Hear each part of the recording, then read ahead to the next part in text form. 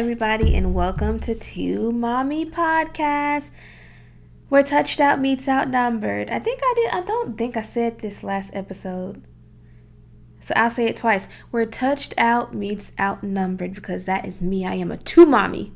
I'm touched out and I'm outnumbered. If this is your first time listening, welcome to the madness. We have been doing this for 5 weeks now, 5 episodes. It's episode number 5.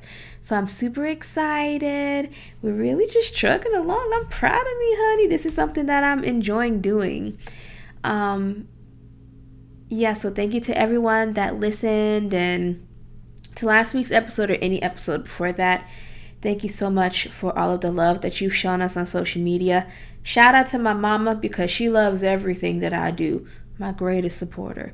Her and Tara, they about neck. So shout out to them. And just shout out to everyone that continues to deal with me and my shenanigans, because it's a lot that be happening in this brain of mine, and y'all just be rolling with it, and I like it. So this week we're going to talk about what kind of mama are you? Because I want to know.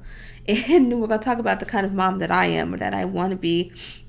But first, we got to do our mommy win and our mommy woe.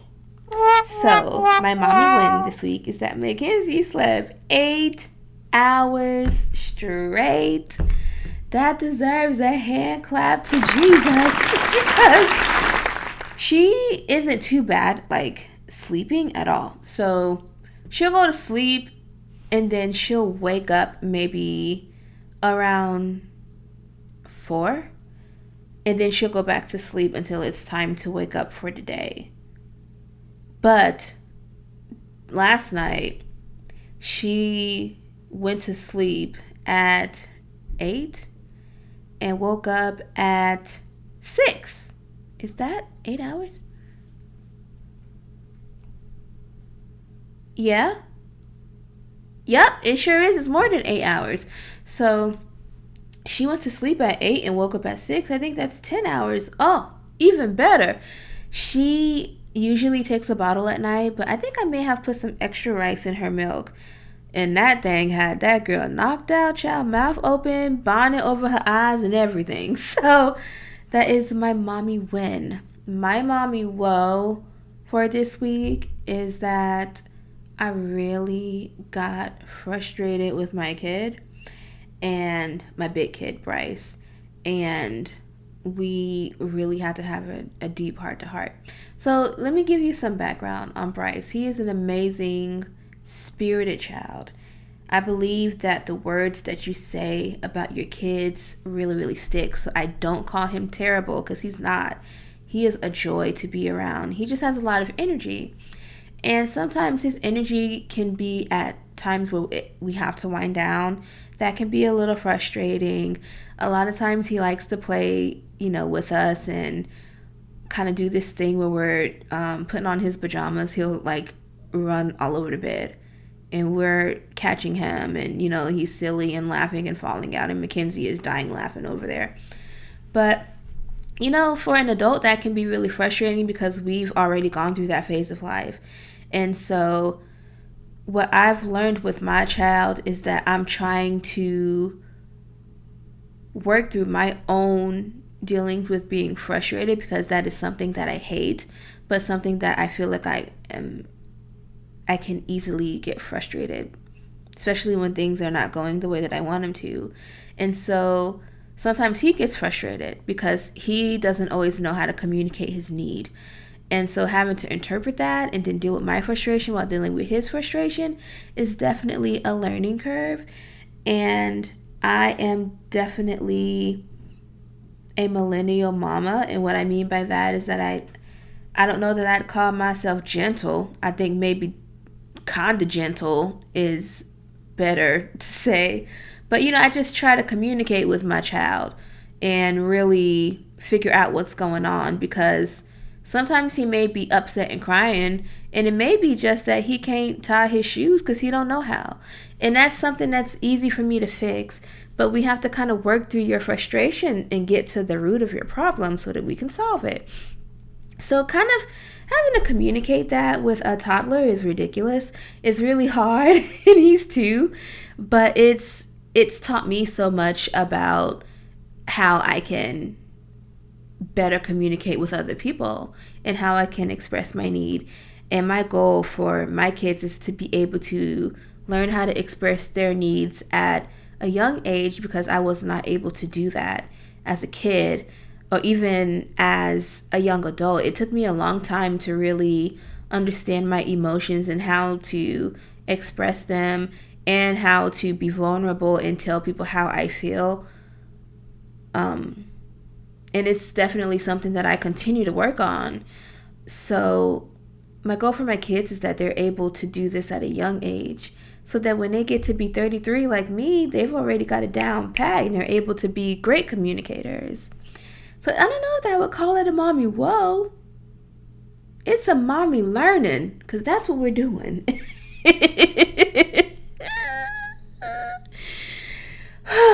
Okay, let me regroup, because that was funny to me. I don't care. Y'all don't gotta laugh. Okay, so ask yourself this question. What kind of a mama are you used to? Think about what you've seen on TV. Think about what you see on the internet today. Think about who you were raised around, like your own mom, and all of those things. And, oh, sorry, my nose is itchy. And so we're going to talk about what kind of mama do you want to be, or what kind of mama are you? So let me tell you a little bit about Fontella. That's my mama. My mama is an amazing mom. She raised us by herself after my father died, and she gave us everything that she had.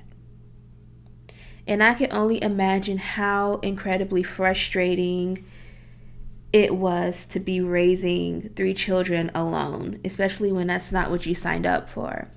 And so as a kid, I've found that, at times she would be frustrated. And I found that there were a lot of times where I wanted to be able to help her through her frustration, but that's not really a child's place or a child's thing to do. But because I could sense her frustration, I wanted to be the one to help her fix it. And so now that I'm a mom, it's so interesting to kind of watch it flip back. And so, there are a lot of times where she knows what frustrations I deal with. She knows what I'm dealing with at a particular moment, especially when it comes to my kids. And a lot of times when she sees me in the midst of a frustration, she will help me redirect. And she'll help me redirect them. And so I kind of wonder if this is something that she has learned in her adult years how to do, because I know that when we were kids, I'm sure that it had to have been super hard for her to really redirect, especially when you're dealing with 2 small children or 3 small children, and you're just doing it alone. Life is really lifing for you. She is a wonderful mom. I love my mama. Ooh, I love my mom. And she gave us the best life that she could. We lived a great life as kids, and I just can't thank her enough. And so my goal is to be a great mom like her. She's my first mommy role model. And so now I'm surrounded by other moms. Like I have a friend, my friend Danica. She's a mom. And she's a great mom. She's super involved in everything that her daughter does. And her daughter thinks the world of her. And they kind of just have this cute little relationship that I love to see. I'm around Tara often. Tara is a wonderful mom as well. She's got her children and now her grandbaby coming. And it's just wonderful to kind of see her in different spaces. She is a mom to adult children. Her oldest son is, I think, a year younger than me. So to be able to see her parent them, and then now I'm able to see her kind of grandparent, it's going to be such a wonderful thing to see. She's a wonderful mom. And then there are my grandmas. My grandmas are great grandmas. But What I will say about my grandma, Mariah, my mom's mom, you know, she was always raising kids. There wasn't a time where there wasn't a grandkid at her house, or probably a time where there wasn't a kid at her house. So to watch her with my kids, her great grandkids, is just super amazing to see, because they call her Meemaw. I don't know where Bryce got that from, but they spend time with her. They, look at her and give her hugs, and kind of do that whole thing. And then my grandma Roz, she was different from my grandma Mariah, because she was a working grandma. She's always worked. There wasn't a time that my grandma didn't work. The only time that she didn't work was when she was sick with cancer. And so to see the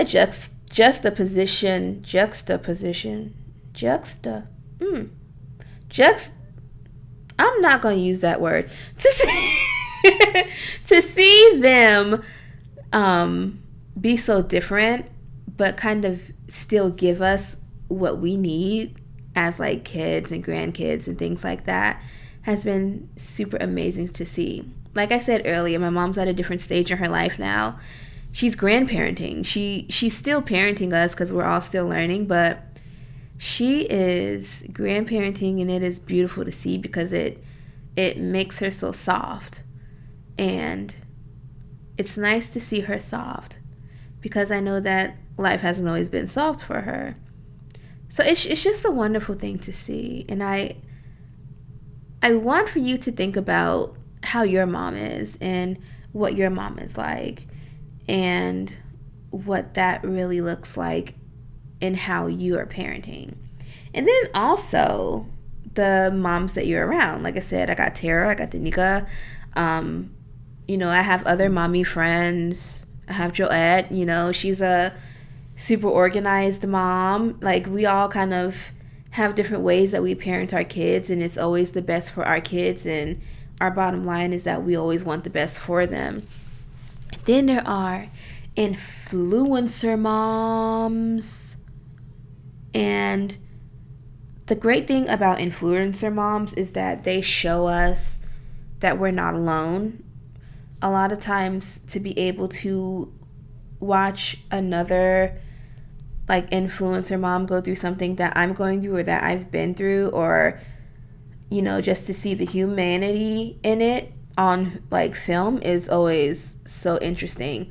I follow Jayla, Henry, Auntie Nay, and Kyra Henry, and I think her name is Deanna Williamson, with Oakland and Truth and Bash. Like, I follow them, and I think her name is Lindsay. I've started to look at her videos. And then there's Cicely, she's got 4 kids, and then there's the Raising Kids mom. She's got 11 kids.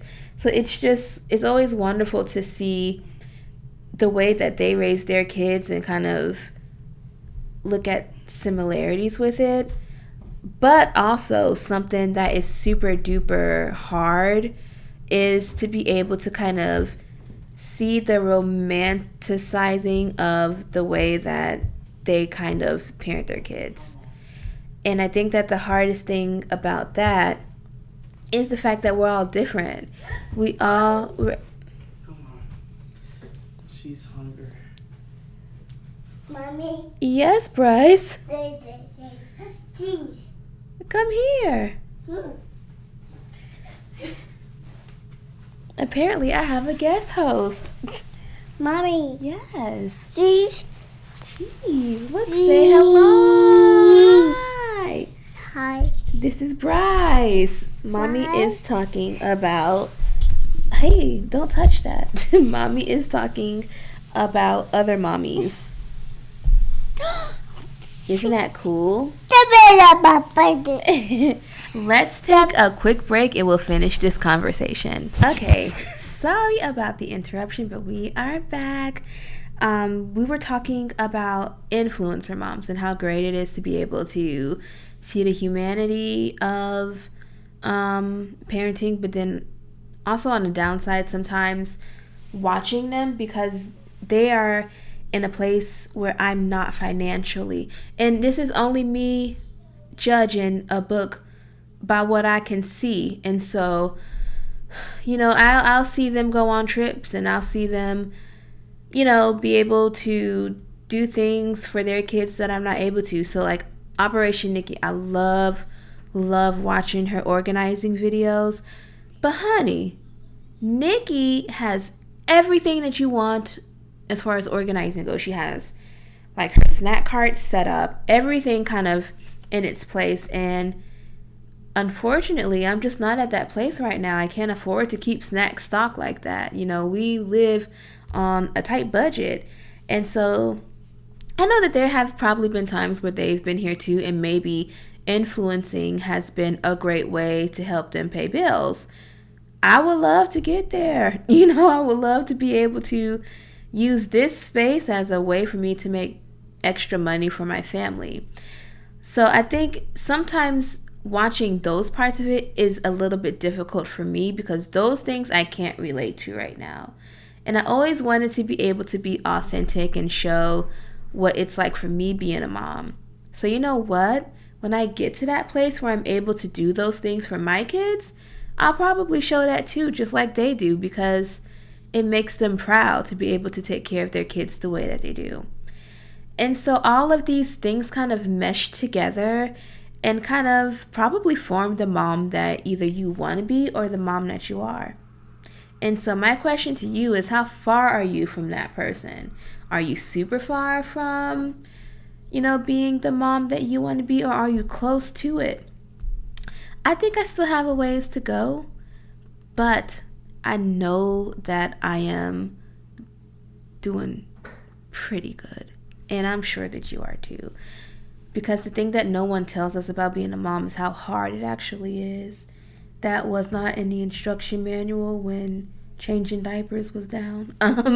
No one really talks about that part, but it's hard. Yeah, it's not easy. It's not easy being a mom. And I think that that's the thing that kind of molds us all together. And it's also the thing that gives us strength, being able to rely on each other and the moms that we know and the moms that we see and build community that way. And that really, really shapes us. I was at the mall one day and I was in an elevator and I was with my kids, my son and my daughter. I had them both at the mall. We don't go to that many public places because it's a little bit hard with the two of them for me. I'm still learning. We're getting a lot better. So we went to the mall because Mackenzie was getting her ears pierced. And there was a mom and she had two kids, a baby and a toddler, like me. And she had on her cute boots and her sweater dress. And she had this really cute ponytail. And you can tell that she used the curl wand on the ends. She looked gorgeous. And she was just pushing her kids in a wagon. And I asked her, well, how do you like the wagon? Like, I kind of want one. How do you like it? Because I have this big bulky double stroller. And, she's like, it's pretty cool. I really, really like it. And, we talked a little bit. And, then she went about her way. And for some reason, it just sticks in my mind because as soon as I saw her, I said, I want to be that kind of mom. She was younger than I am, but she seemed to be managing her kids well. They seemed to be well behaved. She seemed to be cool as a cucumber, and she looked super cute while doing it. And I said, I want to be that kind of mom. I want to be cute. I want to be cool as a cucumber. But I had to tell myself, Ashley, you're still learning, and it's okay. And she's still learning. You don't know what her life is like at home. Just like she doesn't know what your life is like at home. Sometimes we can't always look through at those people and be like, oh, I want to be like them. We have to really learn who they are to kind of want to emulate a trait that they have. I didn't know her, but what I did want to do was start being cute while being a mom. So again, that's just something I took small steps to try to do. You see my hair, it looks really pretty today. But those kind of things just stick, And so, yeah, just ask yourself, am I the kind of mom that I want to be or that I'm used to seeing? And what do I want to do differently? If anything, maybe you don't want to do anything differently. Maybe you're the mom that you want to be. But these are questions that we really got to ask ourselves. I hope that was helpful. Let's take a break. All right, welcome back. So, for today's Budget says no. Budget Says No, we're going to talk about thrifting. I love to thrift, honey. If you go on my Instagram, you will see me at Once Upon a Child because that is my favorite store to shop at for my kids. I know that there are a lot of people that are like, oh, I love consigning my kids' clothes. And then they go to some kind of an upscale bougie store. I can't do that. My budget said no. So we go to Once Upon a Child and get their sales. Honey, tomorrow they got buy one, get one free jeans. And they're not in all states, but if your state has a Once Upon a Child, they take gently used children's clothes. They'll buy them from you and then sell them in the store. Really, really cheap stuff. Very reasonable prices. I got Bryce some Vans for I think $10 there. And I got Mackenzie some UGG boots. UGG official. Like they're real for $12. So like you never know what you're gonna get. It's always a great place to shop at. So if you have a Once Upon a Child, make sure that you check it out and tell them that I sent you. I also like to shop at thrift stores. So we got Goodwill, Salvation Army, Value Village, all of those things in my local area. I really frequent them often. I go to Goodwill all the time because that's Tara's favorite place to shop, and so I always find something for my kids there. And it's usually Adidas stuff. And so it's such a great place to go to get gently used kids items. And you know what? I know that a lot of people are super like squeamish about the way that thrifted clothes smell or about someone else wearing them.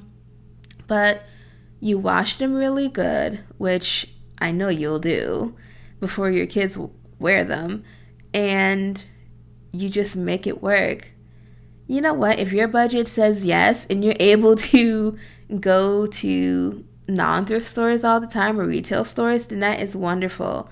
But me and my kids live at these thrift stores, and you know what? You'd never be able to tell because they be cute from head to toe all the time. So if you thrift, let me know in the comments. Let's take a quick break. Okay, you guys, that was such a great episode for me. I hope that it was a great episode for you. All of our social media platforms, TikTok, Instagram, Facebook, at TwoMommyPod, TOOMOMMYPOD. If you want to email in your mommy win or your mommy woe, make sure you email us at twomommypod@gmail.com. Visit our website, like, rate, share, follow, subscribe. We're on YouTube and anywhere you can find your streaming, we're there. Make sure that you guys come check us out next week. I pray that this week is an awesome week for you and that you'll find your way here next week. Because if you don't, I'm going to come looking for you. All right. Have a great week.